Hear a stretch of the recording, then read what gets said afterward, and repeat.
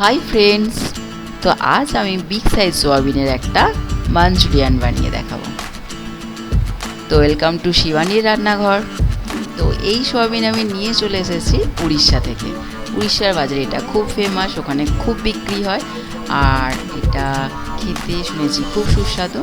তো আজ বানিয়ে ফেলছি এই সোয়াবিনের মাঞ্চুরিয়ান। তো দেখো এই বড় বড় সাইজের সোয়াবিনগুলো আমি আগে থেকেই গরম জলের মধ্যে ভিজিয়ে রেখেছিলাম, সফট হয়ে গেছে। তারপর আমি জল ঝরিয়ে ওগুলোকে তুলে নিয়েছি।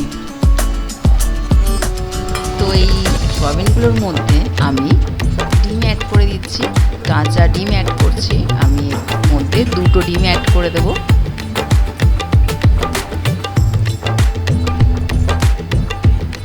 আর এর মধ্যে কিছুটা কর্নফ্লাওয়ার দিয়ে দিচ্ছি।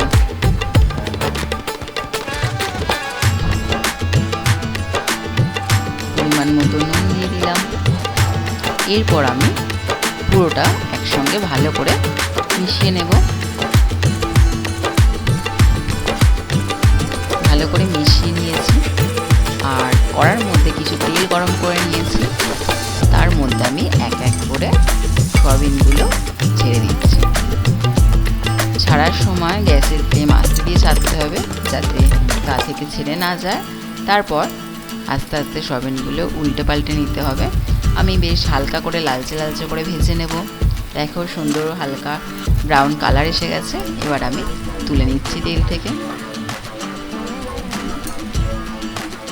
এগুলো খুব বড়, প্রায় ডিমের মতোই দেখতে লাগছে অনেকটা। আমি কিছুটা পরিমাণে এখানে রসুন কুচি দিয়ে দিলাম, কিছুটা পরিমাণে আদা কুচি দিয়ে দিলাম আর কিছুটা লঙ্কার কুচি। তো সমস্তটা আমি একসঙ্গে ভালো করে তেলের মধ্যে ভেজে নিলাম।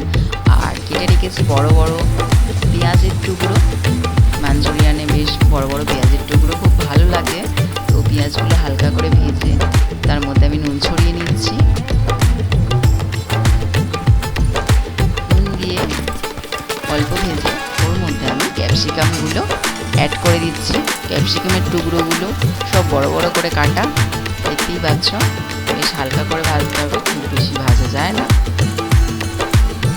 অল্প করে ভেজে নিয়ে এর মধ্যে আমি টমেটো কুচিগুলো অ্যাড করে দিচ্ছি।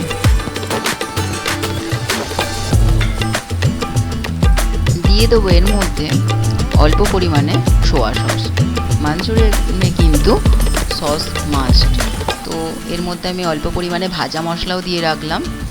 এটা আমি ধনে, জিরে আর শুকনো লঙ্কার পেস্ট করেছিলাম, গুঁড়ো করে রেখেছিলাম মিক্সিতে। আর দিয়ে দিচ্ছি পরিমাণ মতো টমেটো সস। সোয়া সস, টমেটো সস, ভাজা মশলা সমস্তটা একসঙ্গে নাড়তে থাকবো। আর আগে থেকে আমি করে রেখেছি কিছুটা কর্নফ্লাওয়ার গুলে রেখেছি বাটির মধ্যে জল দিয়ে। এর মধ্যে আমি অল্প পরিমাণে ভাজা হয়ে গেলে আমি ওই কর্নফ্লাওয়ারটাও এর মধ্যে অ্যাড করে দিচ্ছি। এতে করে মাঞ্চুরিয়ানের থিকনেসটা খুব ভালো হবে, বেশ গাঢ় ভাব আসবে। এর মধ্যে আমি সোয়াবিনগুলো অ্যাড করে দিলাম। এবারে একসঙ্গে ভালো করে কষিয়ে নেব। দিয়ে দিচ্ছি গরম মশলা, এতে করে সেন্টটা আরও ভালো আসবে। খুব সুন্দর একটা সেন্ট বেরোচ্ছে, দেখেই জিভে জল চলে আসছে। দেখো আমার মাঞ্চুরিয়ান পুরো রেডি। এটা চটজলদি খুব সহজ একটা রেসিপি। আমার মাঞ্চুরিয়ান হয়ে গেছে। এবার আমি প্লেটের মধ্যে তুলে নিচ্ছি। দেখো কত সহজে কত সুন্দর একটা রেসিপি তৈরি হয়ে গেল। আর দেখতেও খুব ভালো লাগছে, পুরো ইয়াম্মি। তো পরোটার সঙ্গে, লুচির সঙ্গে পুরো জমে যাবে। বাড়িতে কেউ আসলেও করে খাওয়াতে পারো। দারুণ টেস্ট আর একদম অন্যরকম। দেখতে কতটা ভালো লাগছে। এরকম সুন্দর সুন্দর রেসিপি পেতে আমার চ্যানেলকে ফলো করো, কমেন্ট করে জানাও আমার রেসিপি তোমাদের কেমন লাগছে। আমার চ্যানেলে আরও সুন্দর সুন্দর রেসিপি আছে, সেগুলো দেখো, নিজেরা করে খাও, সবাইকে করে খাওয়াও। আর আমার চ্যানেলকে লাইক করতে ভুলবে না, অবশ্যই সাবস্ক্রাইব করে দেবে নতুন নতুন